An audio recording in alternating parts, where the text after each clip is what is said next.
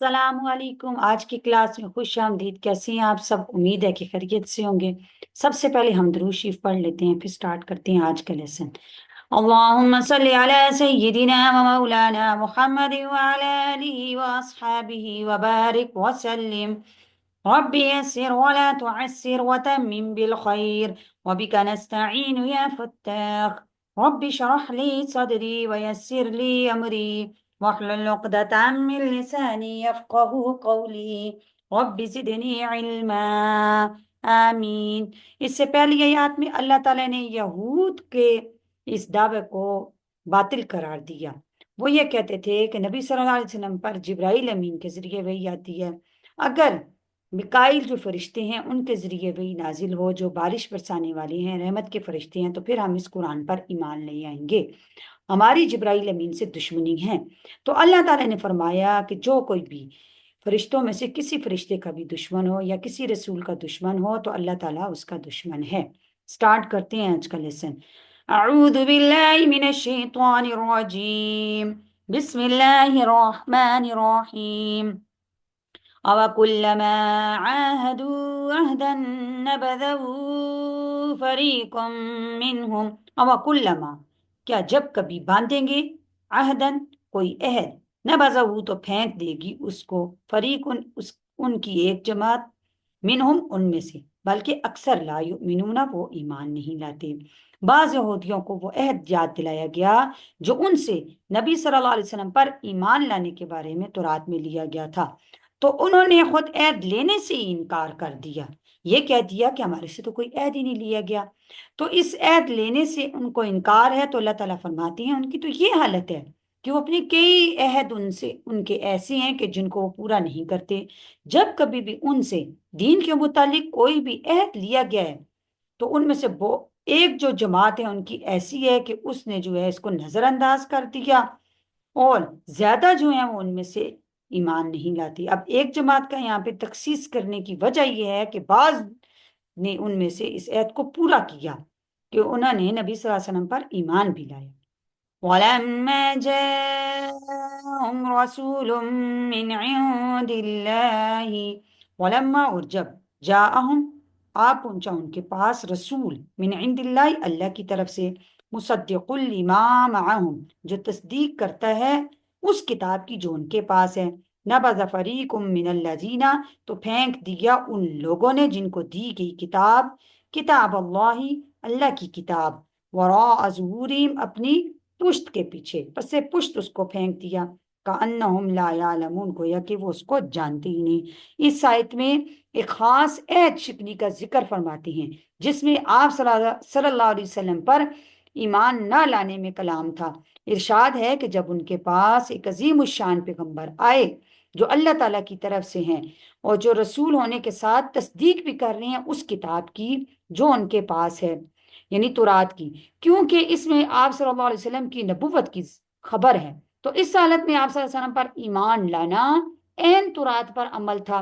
جس کو وہ بھی کتاب اللہ مانتے ہیں، مگر انہوں نے اس کے باوجود ان اہل کتاب میں سے ایک فرقے نے خود اس کتاب اللہ ہی کو اس طرح پس پش ڈال دیا گویا کہ وہ اس کو جانتے ہی نہیں ہیں، یعنی کہ اس کو انکار ہی کر دیا۔ وَاتَّبَعُوا مَا تَتْلُو الشَّيَاطِينُ عَلَى مُلْكِ سُلَيْمَانَ، وَاتَّبَعُوا اور پیچھے ہو گئے، ما تت اس علم کے، ما تتلو الشیاطین جو پڑھتے تھے ان پر شیطان، علی ملک سلیمان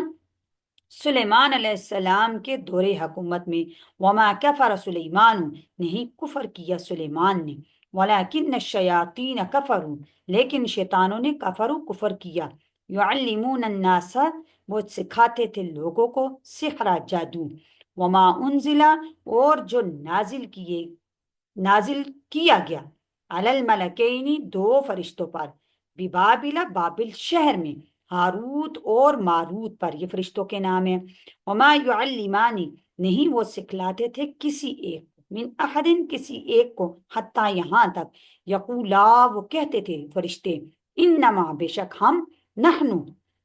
فتنۃ آزمائش ہے تمہارے لیے، فلا تکفر تم کافر نہ ہونا، فیتعلمون وہ سیکھتے تھے ان سے منہما ان دونوں فرشتوں سے، ما یفرقون وہ علم سیکھتے، وہ جادو سیکھتے، ما یفرقون بھی جس سے جدائی ڈالتے ہیں مرد میں، بین المرئی مرد میں، وزوجی اور اس کی بیوی میں، وما ہم بضارین بھی اور اس سے وہ نقصان نہیں کر سکتے تھے، من احد کسی ایک کا، الا باذن اللہ بغیر اللہ کے حکم کے، ویتعلمون وہ سیکھتے تھے ان سے وہ جادو، ما یضرهم جو نقصان کرتا تھا ان کا، ولا ینفعهم اور نہیں نفع یا فائدہ دیتا تھا ان کو، وَلَقَدْ عَلِمُوا اور وہ خوب جان چکے ہیں اس بات کو، لمن اشترا جس کسی نے بھی اس جادو کو اختیار کیا، مالہ فی الآخرتی نہیں ہے اس کا آخرت میں من خلاق کوئی حصہ، وَلَبِئْسَ اور برا ہے، معاشرہ بری چیز ہے، معاشرہ جس کے بدلے میں بیچا، انفسہم اپنے آپ کو، لو کانوا یعلمون اگر ان کو سمجھ ہوتی۔ اب یہاں پہ سلیمان علیہ السلام کے دور حکومت کا ایک واقعہ یہاں پہ بیان کیا گیا ہے کہ یہاں پہ تو پہلے تو یہودیوں کی اللہ تعالیٰ نے برائی بیان کی ہے، کیونکہ ان میں جادو کا چرچا تھا، اور یہودی جو ہے وہ سب باتوں کو جاننے کے باوجود عمل اور علم کے خلاف کرتے تھے، سمجھ سے کام نہیں لیتے تھے۔ تو پہلے تو اللہ تعالیٰ نے سلیمان علیہ السلام کی برات کی کہ ان کا جادو سے کوئی تعلق نہیں، نہ وہ انہوں نے جادو کو اختیار کیا، اور پھر اللہ تعالیٰ نے فرمایا کہ جادو جو اختیار کرنے والے لوگ تھے وہ شیطان تھے، اس قسم ان کے جو دور حکومت ہے کچھ شیطان قسم کے لوگ تھے یا شیطان تھے، ان کو شیطانوں کے ساتھ تشبیہ دی گئی۔ اب قصہ ایسے ہوا کہ اللہ تعالیٰ نے جو بابل شہر تھا وہاں پہ 2 فرشتوں کو اتارا۔ اب اس کام کے لیے اللہ تعالیٰ نے انبیاء سے کام نہیں لیا، وہ جو فرشتے آئے تھے وہ جادو اور معجزے میں لوگوں کو فرق بتانے کے لیے آئے تھے، کیونکہ لوگوں کے اندر یہ فرق کرنا اور ان کو بتانا مشکل ہو چکا تھا لوگوں کو، وہ جادو میں اور معجزے میں فرق نہیں کر پا رہے تھے، اور وہ جادوگروں کی ایسی تعظیم کرتے تھے کہ جیسے نہیں کرنی چاہیے، کیونکہ یہ غلط کام کرتے تھے۔ تو اللہ تعالیٰ نے اس کام کے لیے جادوگروں میں جو امتیاز اور فرق بتانے کے لیے انبیاء کو نہیں کہا، کیونکہ انبیاء کے ذریعے معجزات آتے ہیں، تو اب اس میں ایک تیسرے فریق کو جو ہے وہ اللہ تعالیٰ نے فرق کرنے کا درجہ دیا، یعنی کہ فرشتوں کے ذریعے یہ کام لیا گیا۔ تو وہ 2 فرشتے بابل شہر میں جب اترے، ان کا نام تھا ہاروت اور ماروت، انہوں نے آ کے جو جادو کے اصول اور فروع تھے وہ ظاہر کر کے لوگوں کو اس کے برے عمل سے بچنے کی اور جادوگروں سے نفرت اور جادو سے نفرت کی تنبیہ کی، کہ جیسے کوئی عالم جو ہے وہ کسی جاہل یا وہ دیکھے کہ وہ نادانی میں کفریہ کلمات کہہ رہا ہے، تو وہ یا تو لکھ تقریراً یا تحریراً وہ کیا کرتا ہے یا خود بولتا ہے کہ ایسی ایسی باتیں آپ لوگوں کو نہیں کہنی چاہیے، یا لکھ کے بتاتا ہے۔ تو اسی طرح فرشتوں نے بھی جو ہے وہ کام شروع کیا کہ لوگوں کو بتاتے تھے کہ یہ جادو ہے اور یہ معجزے ہیں۔ جادو اور معجزے میں فرق ہے، معجزے انبیاء کے ذریعے ظاہر ہوتے ہیں، اور جادو جو ہے یہ جادوگر ہیں، یہ شیطانی قسم کے لوگ ہیں، ان سے بچنا ہمیں ضروری ہے۔ جو جادو کو اختیار کرے گا وہ کفر کی طرف چلا جائے گا۔ تو جب انہوں نے اپنا کام شروع کیا تو لوگوں کی آمد و رفت ان کے پاس شروع ہوگی، اور لوگ ان سے درخواست کرنے لگے کہ ہمیں بھی جادو کے اصول اور فروع کے بارے میں بتائیں، تاکہ ہم ناواقفی سے کسی بد عملی کا شکار نہ ہو جائیں، کسی فتنے میں مبتلا نہ ہو جائیں۔ تو اس وقت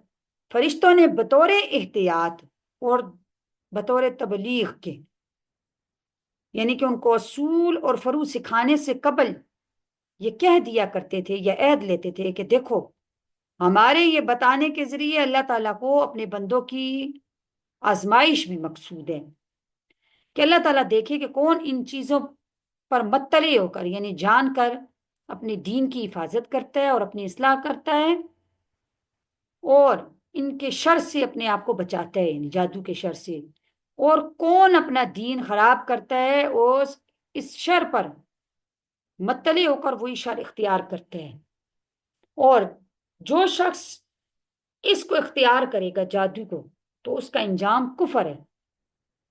دیکھو ہم تمہیں نصیحت کر دیتے ہیں کہ اچھی نیت سے اس کو سیکھو اور پھر اس نیت پر تم ثابت قدم رہنا کہ یہ ہم اس لیے سیکھ رہے ہیں تاکہ ہم معجزے میں اور جادو میں ہمیں فرق پتہ چل جائے۔ ایسا نہ ہو کہ ہم سے تو تم یہ کہہ کے سیکھ لو کہ ہم بچنے کے لیے سیکھ رہے ہیں اور پھر اس کی خرابی میں خود مبتلا ہو جاؤ اور اپنا ایمان برباد کر دو۔ اب ظاہری سی بات ہے وہ لوگوں کو اس سے زیادہ کیا سمجھا سکتے تھے، اور نہ ہی وہ اس سے زیادہ کوئی عہد پہ وعدہ ان سے لے سکتے تھے۔ ساری باتیں انہوں نے کھول کے ان کے سامنے بیان کر دی، ان کا کام تو یہی تھا۔ اب جو کوئی عہد شکنی کرے گا یعنی اس وعدے کو توڑے گا اور اس کے باوجود وہ پھر اس کا معاملہ تو اللہ کے اختیار میں ہے، وہ جانے اور اس کا کفر جانے۔ تو ان میں سے بعض جو تھے وہ اس عہد پر قائم رہے اور بعض تو قائم نہیں رہے۔ جو قائم نہیں رہے تو انہوں نے اس جادو کو مخلوق کی اظہار ثانی کا ذریعہ بنا دیا، جو فسق تو یقیناً ہے ہی ہے اور بعض طریقے اس کے استعمال کے کفر کی بھی ہیں۔ تو اس طرح یہ فاجر کافر بن گئے۔ تو اللہ تعالیٰ نے فرمایا کہ وہ ایسا جادو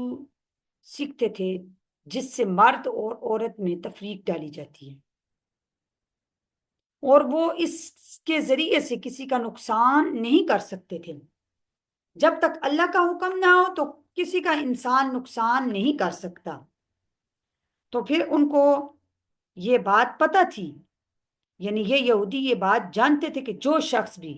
اس جادو کو اختیار کرے گا تو ایسے شخص کا آخرت میں کوئی حصہ نہیں ہے۔ بے شک بری چیز ہے وہ یعنی جادو اور کفر جس کے بدلے میں انہوں نے اپنی جانوں کو بیچا۔ یعنی اتنی عقل ہوتی اگر وہ لوگ بجائے اس کفر اور بد عملی کے ایمان اور تقوی اختیار کرتے تو اللہ تعالیٰ کے یہاں ان کا معاوضہ اس کفر اور بد عملی سے 1000 درجے بہتر تھا۔ کاش اللہ تعالیٰ فرماتے ہیں کہ کاش کہ وہ سمجھتے ان کو اتنی عقل ہوتی۔ امید ہے کہ آج کا لیسن آپ کو سمجھ آ چکا ہوگا۔ اللہ تعالیٰ سے دعا ہے کہ اللہ تعالیٰ ہمیں قرآن کو سمجھنے اس پر عمل کرنے کی توفیق عطا فرمائے۔ اللہ تعالیٰ آپ کو ایمان کی بہترین حالت میں صحت اور عافیت کے ساتھ ہمیشہ خوش رکھے۔ اپنا بہت سا خیال رکھیے گا۔ اپنی سسٹر کو اجازت دیجیے۔ نیکسٹ ویڈیو تک کے لیے اللہ حافظ، فی امان اللہ۔